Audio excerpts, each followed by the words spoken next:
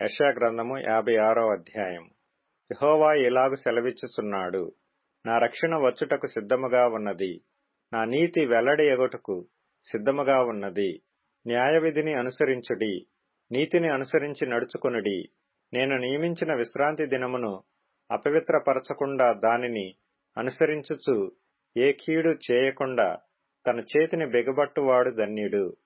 ఆ ప్రకారము చేసి దాని రూఢిగా గైకొను నరుడు ధన్యుడు.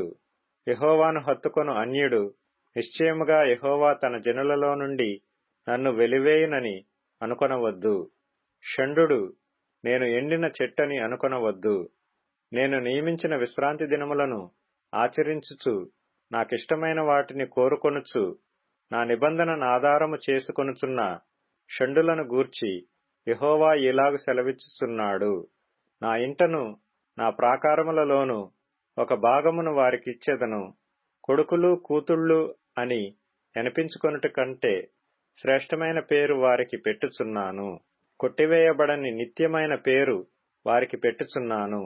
విశ్రాంతి దినమును అపవిత్రపరచకుండా ఆచరించుచు నా నిబంధనను ఆధారము చేసుకొనుచు యెహోవాకు దాసులై యెహోవా నామమును ప్రేమించుచు ఆయనకు పరిచర్య చేయవలెనని ఆయన పక్షమున చేరు అన్యులను నా పరిశుద్ధ పర్వతమునకు తోడుకొని వచ్చెదను.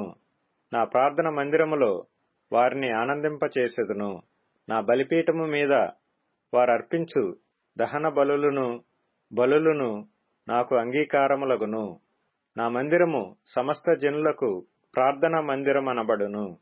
ఇశ్రాయేలీలలో వెలివేయబడిన వారిని సమకూర్చు ప్రభువగు యెహోవా వాక్కు ఇదే. నేను సమకూర్చిన ఇశ్రాయేలు వారికి పైగా ఇతరులను సమకూర్చెదను.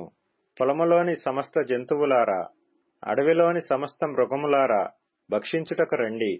వారి కాపరులు గ్రుడ్డివారు, వారందరూ తెలివిలేనివారు, వారందరూ మూగ కుక్కలు, మురుగలేరు. కలవరించుచూ పండుకొనువారు నిద్రాసక్తులు. కుక్కలు తిండికి ఆతురపడును, ఎంత తినినను వాటికి తృప్తి లేదు. ఈ కాపరులు అట్టివారే, వారు దేనిని వివేచింపజాలరు. వారందరూ తమకిష్టమైన మార్గమున పోవుదురు. ఒకడు తప్పకుండా అందరూ స్వప్రయోజనమే విచారించుకొందురు. వారిట్లందురు, నేను ద్రాక్షారసము తెప్పించెదను, మనము మద్యము నిండారులగునట్లు త్రాగుదము రండి. నేడు జరిగినట్టు రేపు మరి లక్షణముగా జరుగును.